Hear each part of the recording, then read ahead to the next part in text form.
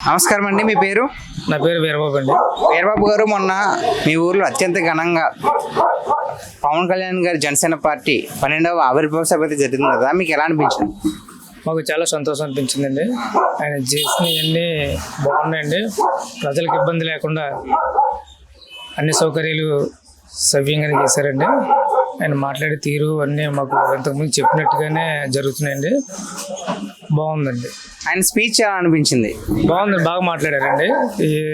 ఏమేమి మాట్లాడాలనుకున్నారో ఆయన మాట్లాడారండి. మాకు కూడా నచ్చినాయి ఆయన మాట్లాడండి. పరిపాలన ఎలా ఉందండి అధికారంలోకి వచ్చిన తర్వాత? బాగుందండి, చాలా బాగుందండి.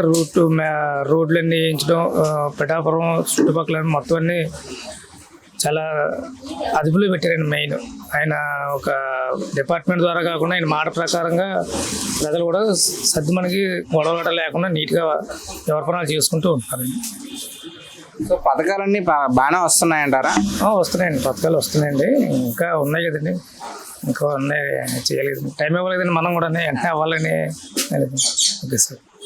సార్, అలాగే అక్కడికి వెళ్ళిన ప్రతి ఒక్కరికి కూడా మజ్జిగ, పుచ్చకాయలు, భోజనాలు ఫ్రీగా అందుబాటు చేశారు కదా, దానికి మీరేమంటారు? అది నాకు తెలిసిన వరకు అందరూ ఇచ్చారని తెలుస్తుందండి.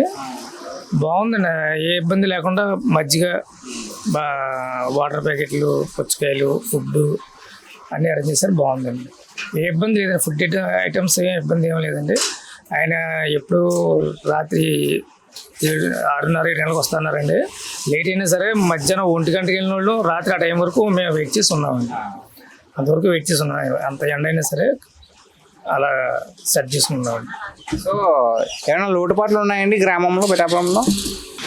చూస్తున్నారు, ఏదైనా చేస్తారండి. లోటుపాట్లు ఏమైనా చిన్న చిన్నగా ఉన్నా నా విషయంలో అయితే ఏం లేదండి. ఉన్నా ఆయన చేస్తారని మాట ఇచ్చారని చేస్తారండి. థ్యాంక్స్ అండి.